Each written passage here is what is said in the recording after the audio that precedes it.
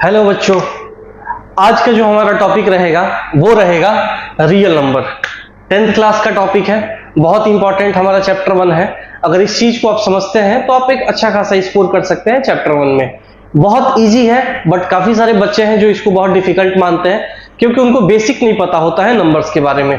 तो आज हम यहाँ पे ये सारी चीजें डिस्कस करेंगे कि नेचुरल नंबर क्या होता है, होल नंबर क्या होता है, इंटीजर्स क्या होते हैं, रेशनल नंबर क्या होते हैं, इररेशनल नंबर क्या होते हैं, रियल नंबर्स। ये सारी चीजें हम क्या करने वाले हैं, डिटेल में डिस्कशन करने वाले हैं।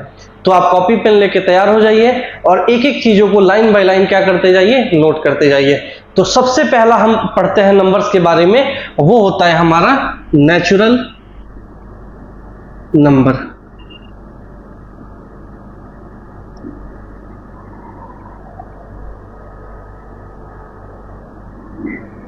तो नेचुरल नंबर होता क्या है, आप 6, 7, 8 में पढ़ते हैं।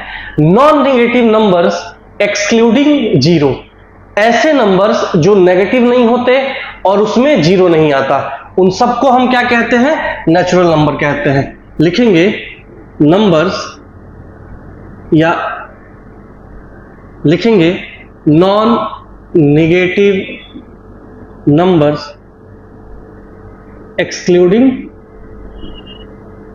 जीरो। एक्सक्लूडिंग जीरो तो वो कौन कौन से नंबर हो जाएंगे, 1, 2, 3, 4, 5 डैश डैश डैश। ये सारे नंबर क्या होते हैं, नेचुरल नंबर होते हैं। होप सो इतना समझ आ गया आपको। आगे बढ़ते हैं। इसी क्रम में जो दूसरा हमारा नंबर है वो है whole number.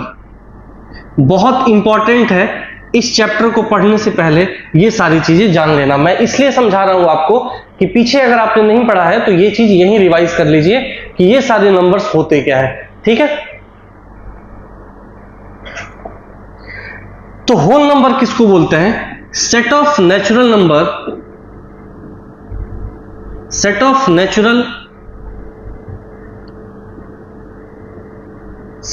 Natural number including zero. ऐसा नेचुरल नंबर का सेट जिसमें क्या हमें इंक्लूड कर देना है, जीरो को। तो हम जीरो से 1, 2, 3, 4 डैश डैश डैश, ये सारे नंबर क्या होते हैं, होल नंबर होते हैं। हमेशा याद रखिए, नेचुरल नंबर और होल नंबर इन दोनों में हम नेगेटिव नंबर को नहीं इंक्लूड करेंगे, ठीक है। तो ऐसे नंबर्स जिनमें हम जीरो भी इंक्लूड नहीं करते उनको क्या बोलते हैं, हम नेचुरल नंबर बोलते हैं। और ऐसे सेट ऑफ नेचुरल नंबर जिसमें हम जीरो इंक्लूड करते हैं उसको हम क्या बोलते हैं, होल नंबर बोलते हैं। इतना समझ आ गया। इसी क्रम में अगर हम आगे बढ़े तो हमारा तीसरे नंबर पे जो आता है वो आता है इंटीजर। अब लाइन बाय लाइन नोट करते चलिए, आपको बहुत इजीली चीजें सारी समझ आ जाएंगी। इंटीजर क्या होता है, इंटीजर होता है all negative and non negative number, non negative numbers including zero. ये सारे सेट ऑफ नंबर्स क्या कहलाएंगे, इंटीजर कहलाएंगे। कैसे, -3, -2, -1, 0, 1, 2, 3 and so on plus infinity तक, और ये चलता जाएगा माइनस इंफिनिटी तक। तो माइनस इंफिनिटी से लेके प्लस इंफिनिटी के बीच में जितने भी नंबर्स आते हैं और हम जीरो को क्या करेंगे, इंक्लूड करेंगे, वो सारे नंबर्स क्या होते हैं, इंटीजर्स होते हैं। बहुत ही आसान है, ठीक है। अब यहां तक समझ आ गया। अब हम आते हैं क्लास 10th का जो एक्चुअल चीज पढ़ना है हमें नंबर्स के बारे में, रियल नंबर्स, उसके बारे में पढ़ते हैं। आपको पता होना चाहिए कि रेशनल नंबर होता क्या है।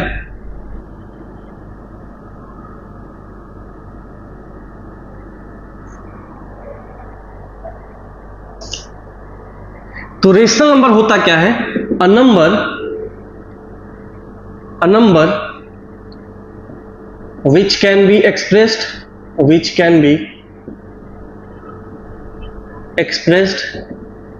in the term of p by q।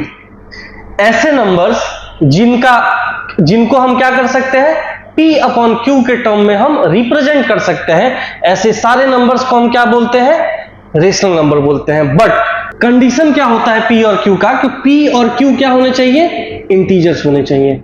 And जो डिनोमिनेटर है हमारा q, वो कभी भी क्या होना चाहिए, 0 के बराबर नहीं होना चाहिए। तो कौन कौन से नंबर आते हैं रेशनल नंबर में, जैसे एग्जांपल्स के तौर पे अगर हम लिखें तो -1/2 भी रेशनल नंबर है, 1/2 भी रेशनल नंबर है, 3/4 भी रेशनल नंबर है, 5/8 भी रेशनल नंबर है। बहुत सारे नंबर्स आप क्या कर सकते हैं, बहुत सारे नंबर आप लिख सकते हैं। ठीक है, अब सवाल आता है कि क्या ये रेशनल नंबर है -5/0 या फिर 0/5, इन दोनों में रेशनल नंबर कौन सा है।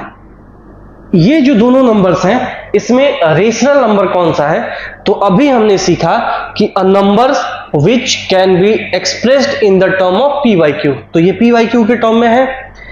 कंडीशन क्या होना चाहिए, ये हमारा क्या है, कंडीशन है।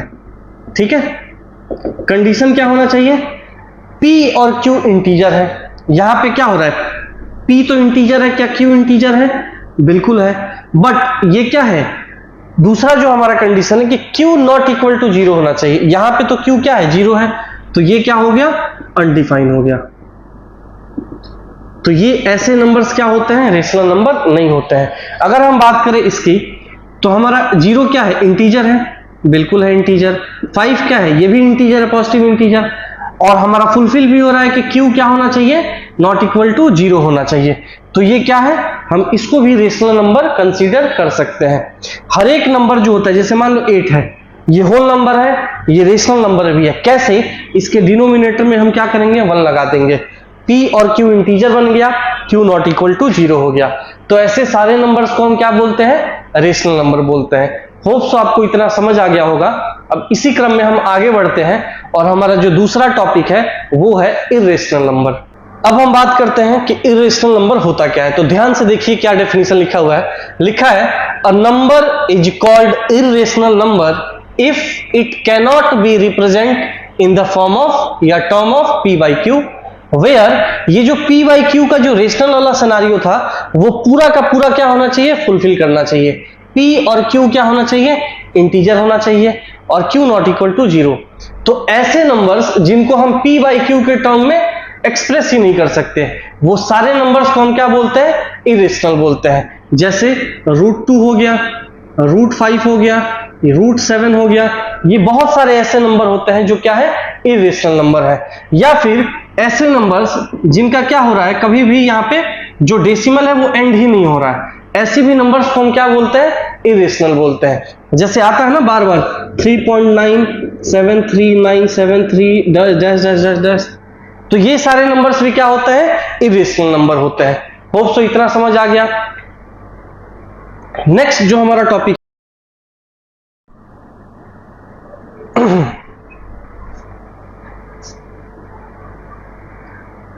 तो चलिए देखते हैं रियल नंबर हम किसको बोलते हैं, जो हमारा चैप्टर का नाम ही है। ठीक है, तो क्या लिखा है, real number are the union of both rational number and irrational number.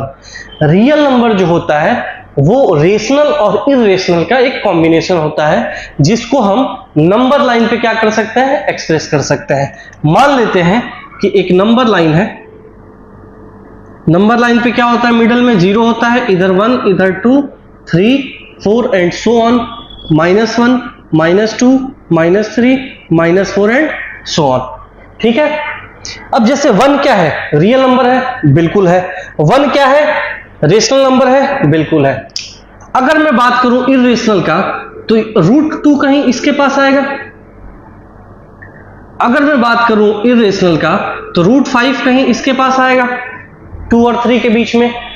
तो रियल नंबर हम किसको बोलते हैं, ऐसा नंबर्स का कॉम्बिनेशन, ठीक है, जिसमें रेशनल भी आता हो और इरेशनल भी आता हो, और हम उनको क्या कर सकते हैं, नंबर लाइन पे एक्सप्रेस कर सकते हैं। इन सारे नंबर्स को हम क्या बोलते हैं, रियल नंबर बोलते हैं। होप सो आपको इतना समझ आ गया होगा। इसी क्रम में हम आगे बढ़ते हैं।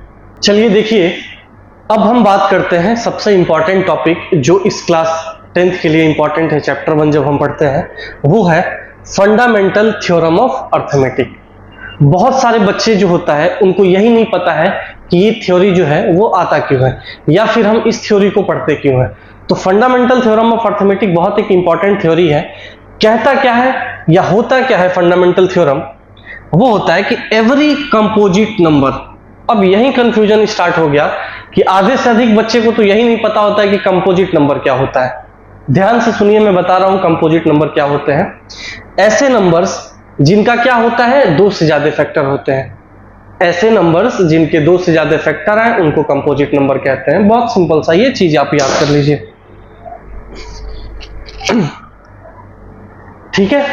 ऐसे नंबर्स जिनके दो से ज्यादा फैक्टर आते हैं उनको हम कंपोजिट नंबर कहते हैं। जैसे कंपोजिट नंबर की अगर हम बात करें तो 6 का कितना फैक्टर है, 2 भी है, 3 भी है, 1 भी है और 6 भी है अपना।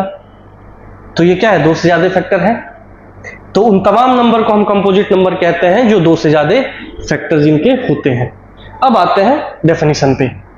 Every composite number can be written या factorize as the product of prime and this factorization is unique.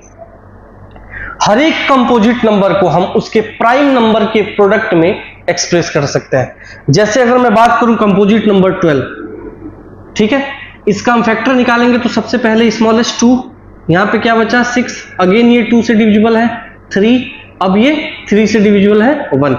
तो 12 को हम कैसे एक्सप्रेस कर सकते हैं, 2 इंटू 2 इंटू 3, ठीक है। अब आप ध्यान से एक बार और डेफिनेशन को समझिए और बिल्कुल इजीली आपको समझ आ जाएगा कि ये आखिर थ्योरम होता क्या है। थ्योरम कह रहा है every composite number can be written या factorize as the product of prime and this factorization is unique. हर एक कंपोजिट नंबर को हम उसके प्रोडक्ट ऑफ प्राइम नंबर में क्या कर सकते हैं, फैक्टराइज कर सकते हैं। फैक्टराइज करना 6 to 8 क्लास में सिखाया जाता है कैसे करते हैं, ठीक है। Apart from the order in which the prime factor occur. अब हर एक जो कंपोजिट नंबर होते हैं उनका जो प्राइम फैक्टराइजेशन होता है वो यूनिक होता है। जैसे अगर ये 12 का आ रहा है तो ये 14 का नहीं आ सकता है, ठीक है। 14 या 18 जो भी लेना है, अगर 18 का ले तो ये 2 9 3 3 3 और 1। 18 का क्या आया प्राइम फैक्टराइजेशन, 2 इंटू 3 इंटू 3। आप देखिए ये यूनिक है या नहीं है। 12 का अलग प्राइम फैक्टराइजेशन आ रहा है, 18 का अलग आ रहा है, इसीलिए यहां पे क्या किया गया है, प्राइम, इसीलिए यहां पे बोला गया है कि यूनिक होता है। हर एक कंपोजिट नंबर का प्राइम फैक्टर अगर हम निकालेंगे तो वो बिल्कुल क्या होगा, यूनिक होगा। इसी थ्योरम को हम क्या बोलते हैं, फंडामेंटल थ्योरम ऑफ अर्थमेटिक। एकदम इजीली वे में हम सीख चुके हैं, ठीक है। इस थ्योरम के बाद हम आगे नेक्स्ट टॉपिक पे चलते हैं जो हमारा टॉपिक है एलसीएम और एचसीएफ का टॉपिक। अब आपको पता होगा कि आप पहले पढ़े होंगे एलसीएम क्या होता है, एचसीएफ क्या होता है। अगर आप नहीं पढ़े होंगे तो भी मैं आपको यहाँ पे एक बार रिवाइज करा दूंगा कि एलसीएम एचसीएफ फाइंड कैसे करते हैं और होता क्या है। तो चलिए बच्चों नेक्स्ट टॉपिक पे आते हैं। वो टॉपिक है HCF and LCM using prime factorisation. हम प्राइम फैक्टराइजेशन मेथड का यूज करके कैसे एलसीएम को फाइंड कर सकते हैं, कैसे एचसीएफ को फाइंड कर सकते हैं, ये सीखते हैं। तो सबसे पहले होता क्या है एचसीएफ, ये जानना जरूरी है। लिखा है HCF is the product of smallest power of each common primes of given number, ठीक है। Also called greatest common divisor. इसी को हम क्या बोलते हैं, एचसीएफ बोलते हैं। अब आप थोड़ा कंफ्यूज हो गए होंगे। इससे अच्छा है कि मैं आपको एग्जांपल के थ्रू समझाऊं कि एचसीएफ फाइंड कैसे करते हैं। तो हम दो नंबर चूज कर लेते हैं, मान लेते हैं, क्वेश्चन ही लिख लेते हैं यहां पे, फाइंड एचसीएफ ऑफ 8 एंड 18। दो नंबर है 8 और 18, हम एचसीएफ इन दोनों नंबर का कैसे फाइंड करेंगे। बहुत सिंपल है। अगर हम रफ वर्क करें 8 का तो फैक्टर निकालने में तो 2, यहाँ पे 4 आएगा, फिर ये 2 से डिविजिबल है, फिर 2 और 1। अगर हम ऐसे ही 18 का निकालें तो यहाँ से 2 से डिविजिबल है 9, फिर ये 3 से है 3, 3 और 1। यहाँ पे अगर हम अलग अलग प्राइम फैक्टराइजेशन लिखें 8 और 18 का तो ये क्या होगा, 2 इंटू 2 इंटू 2, ये होगा 2 इंटू 3 इंटू 3। या फिर हम इसी को ऐसे डिनोट कर सकते हैं 2 टू द पावर 3 एंड इसको डिनोट कर सकते हैं 2 to the power 1 comma multiply 3 to the power 2। समझ आ गया। अब आते हैं हम डेफिनेशन पे। डेफिनेशन बोल रहा है कि ये smallest power of each common primes होता है। स्मॉलेस्ट पावर क्या है, अगर हम दो नंबर आ रहे हैं इसमें 2 और 3, 2 का स्मॉलेस्ट पावर क्या है, 2 टू द पावर 1, इसको चूज कर लेंगे, ठीक है। तो हमारा यही क्या हो गया, आंसर हो गया 2। कोई दिक्कत? आप 6th क्लास या 7th क्लास में या 5th क्लास में आप अलग तरीके से भी पढ़ते हैं HCF कैसे फाइंड करते हैं। उसमें क्या होता है कि इन दोनों प्राइम फैक्टराइजेशन में जो सिर्फ कॉमन रहता है उसी को हम एक बार लिखते हैं। समझ आ गया? इसमें क्या कॉमन है, सिर्फ दो कॉमन है, तो 2 एक बार आया और ये 2 क्या हो गया, आंसर हो गया। इसी चीज को हम बोलते हैं HCF। एक और मैं एग्जांपल से आपको समझाता हूं।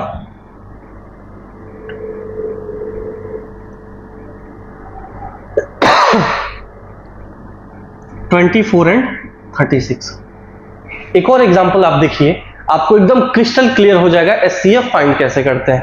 तो सबसे पहले हम 24 का क्या निकालेंगे, फैक्टर निकालेंगे। तो ये 2 से डिवाइड होगा 12 टाइम में, फिर ये 2 से होगा 6 टाइम में, फिर ये 2 से होगा 3 टाइम में, और ये 3 से होगा 1 टाइम में।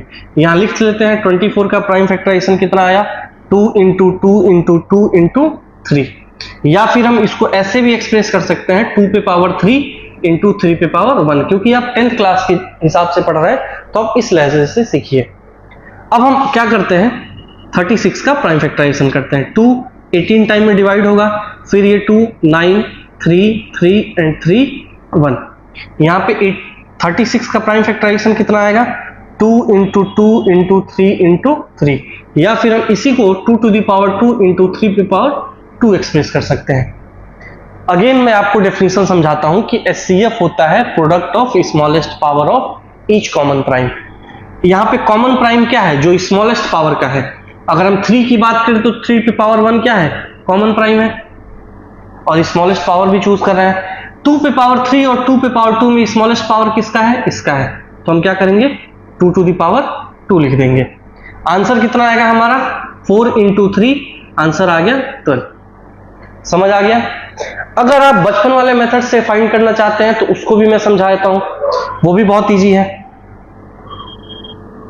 इस चीज को मिटा करके हम क्या लिख सकते हैं, जो सिर्फ कॉमन है, 2 एक बार आ गया, फिर ये 2 कॉमन है एक बार आ गया, फिर इसमें 3 कॉमन है एक बार आ गया। आंसर क्या आ गया, 12। तो ऐसे भी हम क्या कर सकते हैं, HCF को फाइंड कर सकते हैं। बहुत इजी होता है HCF फाइंड करना, ये आई थिंक 10th क्लास में नहीं सीखना चाहिए, ये तो बच्चों का काम होता है। अब हम आते हैं नेक्स्ट टॉपिक पे, LCM क्या होता है और कैसे फाइंड करते हैं। क्या लिखा है, अब ध्यान से सुनिए। LCM is the product of greatest power या greater power of each prime factor of given number. मैं छोटा सा एक एग्जांपल लेता हूं। कोई भी 2 नंबर चूज करते हैं, जो अभी हमने फाइंड किया था 24 एंड 36। अगर हम इसके LCM की बात करें कि LCM 10th के हिसाब से कैसे निकलेगा, तो सबसे पहले हम क्या करेंगे, फैक्टर निकालेंगे। 24 का फैक्टर निकालेंगे तो ये 12 हो गया, 2 6 2 3 एंड 3 1। अगर हम 36 का फैक्टर निकालेंगे तो 2 18, फिर ये 2 से 9, फिर ये 3 से 3 और ये 3 से 1।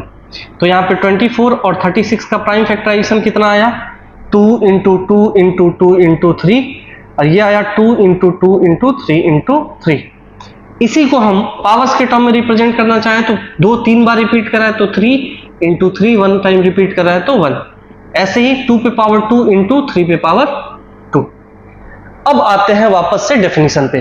क्या कह रहा है, LCM is the product of greatest power. Greatest power in दोनों के कॉमन फैक्टर में क्या है, जैसे अगर हम 2 की बात करें तो 2 का ग्रेटेस्ट पावर क्या है, 2 टू द पावर 3 इंटू 3 का ग्रेटेस्ट पावर क्या है, 2 टू द 3 पे पावर 2।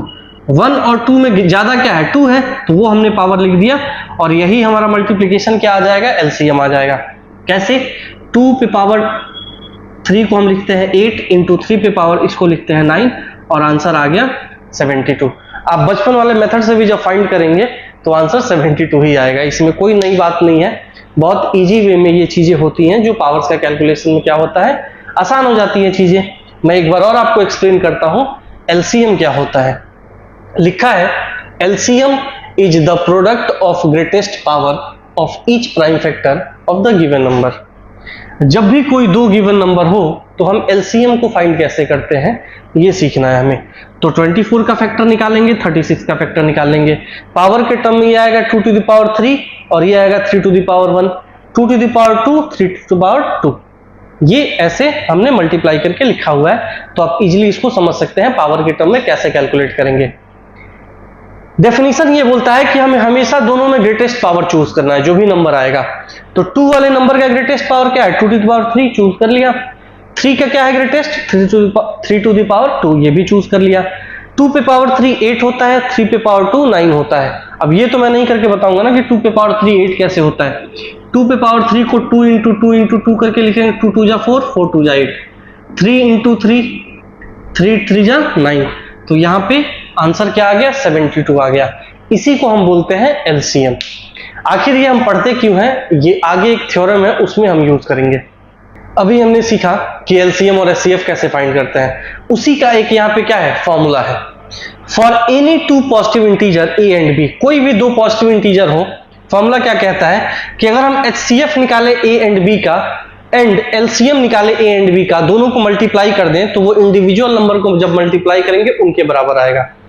एक बार और मैं समझाता हूं, अगर हम किसी दो नंबर का एचसीएफ निकालें और दो नंबर का एलसीएम निकालें, उनका जो मल्टीप्लिकेशन है वो दोनों इंडिविजुअल नंबर के मल्टीप्लिकेशन के बराबर आएगा। प्रूफ अगर करना है तो मैं बहुत इजीली आपको प्रूफ करके दिखाता हूं। जैसे 24 एंड हमने 36 चूज किया था, इन दोनों नंबर का एलसीएम और एचसीएफ। अभी हमने फाइंड किया था कि एलसीएम ऑफ दिस कितना आया था 72, एचसीएफ ऑफ दिस कितना आया था हमारा 12। ठीक है, अब मैं अगर इसके जगह पे 12 लिख दूं इंटू इसके जगह पे हम क्या लिख दें 72 लिख दें, तो ये 24 इंटू 36 के बराबर होगा।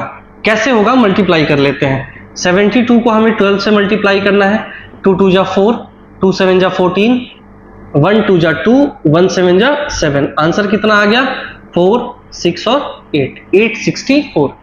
आप 24 और 36 को जब मल्टीप्लाई करेंगे तो भी आंसर यही आएगा। कैसे देखिए, 4 6 जा 24 का 4 बचा 2, 4 3 जा 12 और 2 कितना होता है 14, 2 6 जा 12, 2 1 बचा, 2 3 जा 6 और 1 कितना होता है 7, 4 4 और 2 6 और ये 8। देखिए दोनों क्या हो गया, इक्वल हो गया।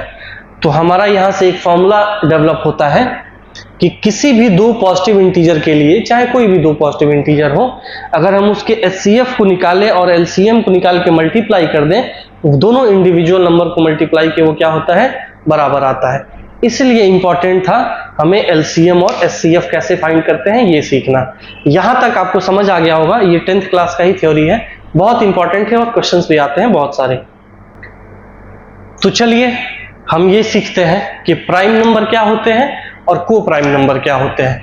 अगेन प्राइम नंबर तो सारे बच्चे जानते हैं क्या होते हैं। क्या होते हैं प्राइम नंबर, ऐसे नंबर जिनका या तो वो खुद फैक्टर हो या फिर उसका वन फैक्टर हो, या फिर हम ऐसे उसको समझ सकते हैं, ऐसा नंबर जो किसी के टेबल में ना आता हो, उसको हम क्या बोलते हैं प्राइम नंबर बोलते हैं। जैसे सबसे स्मॉलेस्ट प्राइम नंबर क्या होता है 2, देन 3 5, ये सब क्या होते हैं, या तो ये 1 से डिवाइड होंगे या फिर ये अपने ही आप से डिवाइड होंगे।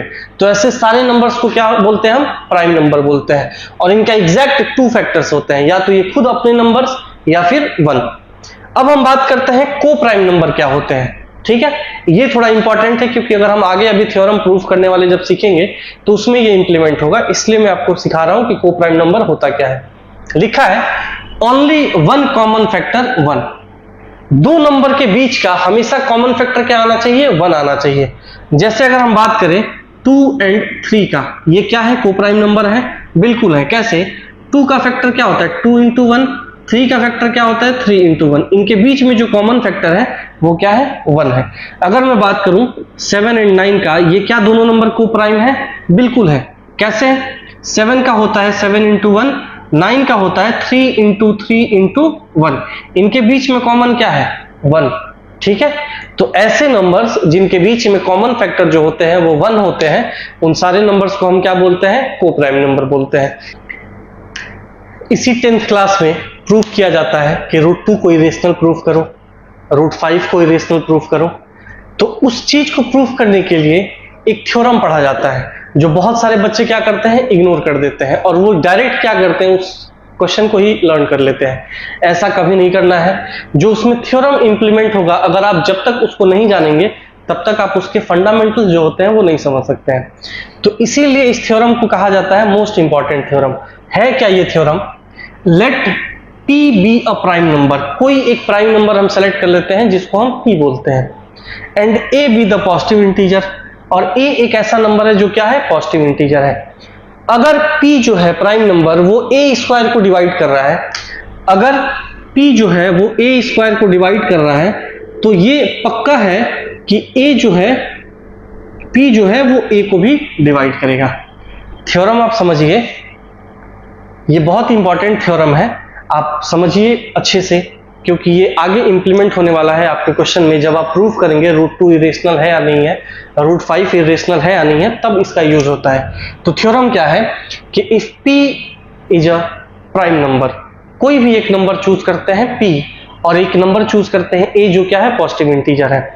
अगर a स्क्वायर को p डिवाइड करेगा, a स्क्वायर को p डिवाइड करेगा, तो ये डेफिनेटली a को भी क्या करेगा, p डिवाइड करेगा। एक छोटा सा थ्योरम है और यहीं पे आपके फर्स्ट चैप्टर का सारा थ्योरी क्या होता है, खत्म होता है। हर एक इंपॉर्टेंट से इंपॉर्टेंट हम क्वेश्चन को सॉल्व करेंगे इतने ही मात्र थ्योरी से, ठीक है। तो पैनिक नहीं होना है, आप एक बार थ्योरी को अच्छे से रिवाइज कर लीजिए, हर एक छोटे से छोटे टर्म को अच्छे से रिवाइज कीजिए। अगर कोई चीज समझ में नहीं आता है तो आप कमेंट ऑप्शन में हमें डिस्कस कर सकते हैं, मैं वहां पे अच्छे से आपको एक्सप्लेन कर दूंगा।